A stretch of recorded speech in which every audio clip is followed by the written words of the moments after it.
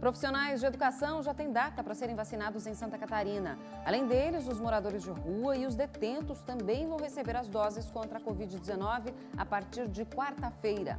E a madrugada mais fria do ano está próxima. Uma frente polar deve trazer muito frio para o estado nos próximos dias. E tem também alerta. Juiz aceita a denúncia do Ministério Público contra o acusado de matar 3 crianças e 2 adultos na creche em Saudades. Hoje as aulas foram retomadas com muita comoção. 40 crianças retornaram à escola. O SCC News está no ar.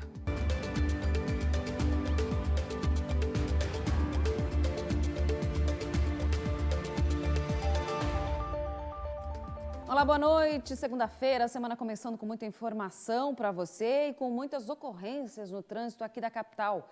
10 carros se envolveram em um engavetamento no túnel Antonieta de Barros, no sentido bairro-centro. Pelo menos 6 dos 10 carros ficaram imobilizados no local. Apesar do susto e dos danos materiais, ninguém se feriu. Uma pista chegou a ser interditada, complicando o trânsito no túnel. Outras 2 ocorrências também foram registradas nesse mesmo local hoje à tarde. Em uma delas, um motociclista acabou se ferindo ao colidir com um veículo. Portanto, vale sempre aquela máxima, né, de ter todo o cuidado e atenção possível no trânsito. Uma criança de apenas 3 aninhos foi encontrada sozinha em uma rua da região central de Jaraguá do Sul, no norte do estado. A criança estava sem agasalho, molhada de chuva, com frio. Os pais dessa criança estavam bebendo em um comércio, mas exageraram na dose e acabaram dormindo do lado de fora do estabelecimento. Aí quem ficou de olho no filho foram os donos do local. E foram eles justamente que chamaram a polícia. A Polícia Militar acionou o Conselho Tutelar para encaminhar a criança e os bombeiros voluntários para atender o homem que apresentava sintomas de coma alcoólico. A mulher, a mãe da criança, foi detida ali no local. E o assunto agora é vacinação, porque Santa Catarina vai começar a imunizar os profissionais da educação na quarta-feira. Quem vai trazer os detalhes para a gente ao vivo é a repórter Graziane Bialy, porque é uma notícia que está aí sendo aguardada e vem sendo debatida nas últimas semanas, né, Grazi? Que é uma vacina muito esperada para essa categoria como um todo, né? Boa noite. Bem verdade, Bruna. Boa noite para você, boa noite a todos que nos acompanham. Então, a imunização para os profissionais de educação, de fato, foi antecipada. A princípio, a data inicial era dia 31 de maio, ou seja, só na próxima semana. Com essa antecipação, passa a ser, então, dia 26 de maio, quarta-feira agora. E aí, essa decisão foi tomada numa reunião hoje à tarde da CIB, que é aquela comissão de integrantes da Secretaria de Estado da Saúde, com membros aí dos municípios, que inclusive foram os municípios que pediram por essa antecipação, né, Bruna? Lembrando que, além dos professores, também serão imunizados os profissionais que atuam nessas unidades escolares e também serão vacinadas as pessoas em situação de rua e os detentos. É importante lembrar ainda, Bruna, que a vacinação para a educação, ela vai seguir um cronograma. Então, ela vai começar primeiro para quem está atuando de forma presencial no ensino especial, depois para a educação infantil, para a pré-escola e assim sucessivamente, até chegar então nos profissionais que atuam aí no ensino remoto, né, que estão fazendo as aulas de casa. Aqui na capital mesmo, o prefeito Jean Loureiro já anunciou aí nas suas redes sociais que na quarta-feira mesmo já começa a imunizar esse grupo. Bruna. Pois é, Grazi, queria saber se você sabe, né, por que o governo tomou essa decisão, se os municípios chegaram a, de fato, completar a imunização dos grupos de comorbidades, que era um dos critérios, inclusive, para que não tivesse começado ainda essa vacinação. Pois é, Bruna, justamente aí é que está o motivo para antecipar a vacinação dos profissionais de educação. De acordo com o governo, mais de 500 mil doses de vacinas foram distribuídas aos municípios para os grupos de comorbidades com relação à Covid-19. O problema é que até a última sexta-feira, poucas vacinas tinham sido aplicadas, né? Cerca de 170 mil apenas, muito menos do que o que era previsto. Por conta disso, inclusive, além de antecipar antecipar a vacinação dos profissionais de educação, o governo também faz um apelo para aquelas pessoas que estão no grupo de comorbidades, que tomam algum tipo de medicamento contínuo, que façam, então, essa procura junto aos seus municípios, aos postos de vacinação, para verificar se já não está na hora de ser vacinado mesmo e, se estiver, se tem esse direito garantido, que assim o faça, até para que a gente possa ampliar aí a imunização pelo Estado. Bruna, esse é um alerta importante, então você aí de casa também fique atento. Com certeza, Grazi. Obrigada pelas informações, para relembrar aí quem faz parte do grupo e ainda não tomou, que isso deve ser feito, né, o quanto antes, é a sua oportunidade aí de ficar imunizado contra a Covid. E falando ainda de vacina, a FECAM, a Federação dos Municípios aqui de Santa Catarina, foi à Rússia para tentar avançar com as negociações para a compra de doses da vacina Sputnik V. Para avançar, é preciso a aprovação da vacina pela Anvisa. Conseguimos vir para a Rússia, mesmo no momento de pandemia, e conseguimos algo melhor ainda, que é sentar com o Fundo Soberano Russo e conversar com o Vladimir Primak, que é o responsável pela América Latina, pela venda de vacinas lá. E ele nos disse que sim, vende a vacina para municípios, para estados, para o governo federal, porém, tem alguns pré-requisitos. E um deles é que a Anvisa libere. E nós torcemos muito para que tão logo a Anvisa, libere a Sputnik, a exemplo dos mais de 60 países pelo mundo que já liberaram. Está aí, força-tarefa, né, para conseguir mais imunização aqui para Santa Catarina. E a vacinação contra o coronavírus para pessoas com comorbidades continua nessa terça-feira em algumas cidades do estado. Em Chapecó, no oeste, recebem a primeira dose as pessoas de 18 a 59 anos com comorbidades. A imunização acontece das 8 horas da manhã até às 11 e da 1 da tarde até às 4h30. Nas unidades de saúde do Santo Antônio, Saíque, Leste, Norte, Oeste, Seminário, Santa Maria, Bela Vista, EFAP e Jardim América. Tem que levar o RG, o CPF, o comprovante da comorbidade também é importante, e todas as informações sobre as comorbidades estão no site da Prefeitura. Para acessar a agenda de vacinação da sua cidade, aponte a câmera do seu celular com internet para o QR Code que aparece na tela e fique atento, né, a essa informação sobre as comorbidades, né, já que está abaixo do esperado, é sinal de que tem muita gente ainda que precisa ser vacinada. Eu aproveito para atualizar então agora o cenário da pandemia aqui no estado. 14.873 pessoas já morreram com Covid-19. Há um mês, 13.085 pessoas tinham perdido a vida para a doença, então avançamos aí, um número, né, aumentou bastante. Só nas últimas 24 horas, 51 pessoas já morreram com Covid-19. E a ocupação dos leitos de UTI voltou a subir gradativamente e lentamente aqui em Santa Catarina. Está agora em 94,4%. 20.549 pessoas estão em tratamento da doença aqui no estado. E olha, falta só uma semana para acabar o prazo da declaração do Imposto de Renda 2021. Esse prazo geralmente ia até o fim de abril, mas foi ampliado devido à pandemia. Mesmo com a ampliação, você aí deixou para a última hora? Pois é, a declaração é obrigatória e quem perder o prazo está sujeito a multa, então vamos se organizar. Quem deixou para a última hora tem que correr. O prazo da declaração encerra às 23 horas e 59 minutos do dia 31 de maio. E se você tem algum tipo de dificuldade para fazer sozinho, pode fazer como o Giacomo e pedir ajuda para o contador. Eu prefiro sempre contar com a ajuda do meu contador, né? Separei os informes de rendimento do banco, aluguel de imóvel e outros documentos que o contador solicitou e encaminhei a ele. A declaração é obrigatória para quem recebeu em 2020 rendimentos acima de R$ 28.559,70. Quem teve receita bruta de atividade rural acima de R$ 142.000 recebeu rendimentos isentos não tributáveis ou tributados exclusivamente na fonte com soma superior a R$ 40.000. Bens acima de R$ 300.000 e quem recebeu auxílio emergencial e teve rendimento acima de R$ 22.000 também deve declarar. Para quem preferir fazer a declaração sozinho, a Receita Federal tem 3 opções. Na página da Receita Federal ele pode fazer o download, está lá o programa de do preenchimento da declaração do imposto de renda. Preenche todos os seus dados, CPF, endereços, todas as informações de bens e os seus rendimentos, deduções. A outra forma é o aplicativo Meu Imposto de Renda, disponível para dispositivos móveis, né, celulares, tablets, E tem uma outra situação que é uma facilidade, é a declaração pré-preenchida, pré-pronta. A Receita Federal já recupera dados e declarações anteriores. Aqui em Santa Catarina, 1.144.500 contribuintes já realizaram a declaração do imposto de renda neste ano. O número corresponde a 81,75% das declarações que devem ser entregues no estado. Quem entregar a declaração incompleta pode depois fazer as alterações necessárias. O contribuinte que cometeu algum erro ou encaminhou com algum dado incompleto, ele pode retificar a sua declaração, a transmissão da declaração. Porque quem perder o prazo pode ser multado e ainda se complicar com o leão. O contribuinte fica com uma pendência, uma situação fiscal, não pode obter certidão, e está sujeito a uma multa pelo atraso na entrega da declaração, que é 1% do imposto devido, até 20%, e o valor mínimo de R$ 165,74. O prazo está um pouquinho esticado, então ainda dá para fazer. A terça-feira promete ter o amanhecer mais frio do ano aqui em Santa Catarina e no próximo bloco tem a previsão do tempo.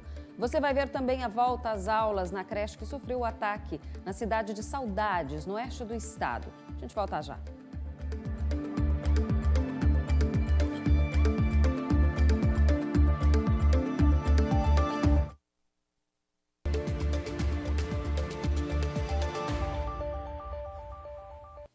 Agora, olha só esse caso. Um casal foi preso por suspeita de cometer abuso sexual durante rituais religiosos em Palhoça, na Grande Florianópolis. Em depoimentos à polícia, as vítimas relataram que o casal realizava jantares com bebidas alcoólicas em casa e depois faziam os atendimentos espirituais. De acordo com as investigações, as vítimas eram convencidas pela mulher a tomar um banho de descarrego. Depois do banho, elas eram abusadas sexualmente pelo homem. Ele disse à polícia que praticava os atos sob influência de uma entidade espiritual e que ainda agia sob o comando de autorização da esposa. Algumas vítimas ainda relataram que sofriam violência para a prática dos abusos. O casal teria feito ameaças em nome da entidade. Até o momento foram identificadas 4 vítimas dos suspeitos, mas as investigações continuam, já que a polícia estima que mais mulheres poderiam ter sido vítimas desse casal aí. Vamos mudar de assunto? A segunda-feira já foi de temperaturas mais baixas em Santa Catarina, mas amanhã pode ser registrado o amanhecer mais gelado do ano no estado, com o surgimento até de geada e temperaturas negativas. E o sul do estado está entre as regiões que devem ser as mais geladas. Quem está por lá e traz os detalhes para a gente é o Marco Búrigo. Boa noite, Marco. Por enquanto está dando para ficar de jaquetinha assim, mas amanhã não vai dar não, viu?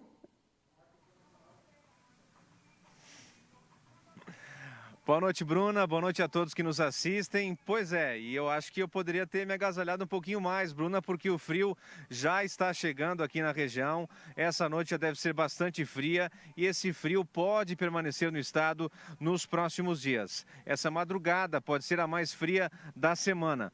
A Epagre-Ciran e a Defesa Civil já emitiram um alerta para o frio no estado, um frio intenso, e ele pode permanecer aí nos próximos dias, portanto. E olha só, Bruna, a geada, ela pode acontecer inclusive no Alto Vale do Itajaí e também em pontos mais altos da Grande Florianópolis. Vamos ouvir o que disse o Marcelo Martins, meteorologista da Epagre-Ciran, sobre o tempo, a temperatura nos próximos dias. Esse frio mais intenso que deve perdurar mesmo durante o dia, apesar do predomínio de sol, pouquíssimas nuvens e sem indicativo de chuva. Numa madrugada, amanhecer também da próxima quarta-feira, praticamente a mesma condição. Frio intenso, muita formação de geada em boa parte do estado e gradativamente, a partir de quinta, o frio vai diminuindo, mas pelo menos no Planalto Sul, essa condição de geada ainda ela prevalece na região. E no decorrer do período, só deve mudar esse quadro a partir da próxima sexta-feira, onde passa uma frente fria, começa a esquentar e volta a chover no estado de Santa Catarina. Pois é, e com esse frio intenso, a atenção está voltada principalmente para as pessoas de mais vulnerabilidade social, inclusive os moradores de rua. Então, se você encontrar alguém nessas condições, nas cidades de Lages, Chapecó e Criciúma, é só ligar nesses números que estão aparecendo na tela. Em Lages, a ligação pode ser feita para as equipes de plantão da Defesa Civil e também da Assistência Social. Em Chapecó, é só ligar para o número do Resgate chat social ou entrar em contato com também a prefeitura pelo WhatsApp. Também dá para ligar para a casa de passagem, onde as pessoas são abrigadas. Em Criciúma, a casa de passagem aqui na cidade, ela atende 24 horas e pode ser acionada também pelo número que está aparecendo aqui na tela. O frio deve ser intenso, mas a boa notícia é que o sol também deve predominar no estado nessa terça-feira. Vamos acompanhar mais detalhes da previsão do tempo agora.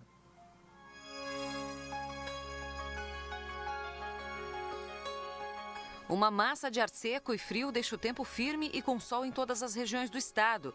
Mas muito frio e formação de geada e nevoeiros na madrugada e também no início da manhã na região da Serra, Oeste e na Grande Florianópolis. O dia mais frio do ano pode ter mínimas de 5 graus negativos na parte mais alta da serra. Em Florianópolis, a máxima é de 19 e a mínima de 7 graus. Joinville, mínima de 10. Blumenau, mínima de 5. Lages, mínima de 0 grau e máxima de 18. Criciúma, no sul do estado, mínima de 3 graus. E Chapecó, no oeste, tem mínima de 4 graus e máxima de 19. Em Joinville, no norte do estado, agentes da assistência social já estão nas ruas na campanha Ação de Inverno. Eles atendem aí as pessoas em situação de rua nesses dias de temperaturas mais baixas. Essas pessoas são acolhidas por voluntários da Diocese de Joinville, no abrigo que fica na Rua Voluntários da Pátria, no bairro Itaú. É fornecido também jantar, higiene pessoal. De lá, as pessoas são encaminhadas para passar a noite na Casa Vó Joaquina. Para garantir uma vaga no abrigo, é preciso buscar atendimento no Centro Pop, que fica do lado da rodoviária, de segunda a sexta-feira, das 7 horas da manhã até as 7 horas da noite.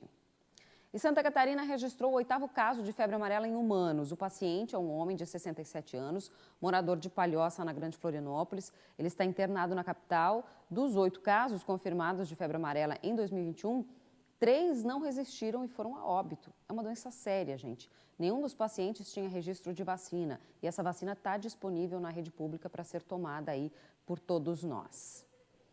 E agora a gente muda de assunto para falar de uma situação que está acontecendo aqui na capital. Os moradores da região do Morro das Pedras, em Florianópolis, fizeram uma manifestação na tarde de hoje. As pessoas que moram na região fecharam a rua em protesto para chamar a atenção das autoridades para a situação da orla. O que antes, na verdade, era a faixa de areia, foi completamente consumido pela água e agora a maré vem avançando e cada vez mais sobre as casas, inclusive com imóveis interditados pela Defesa Civil.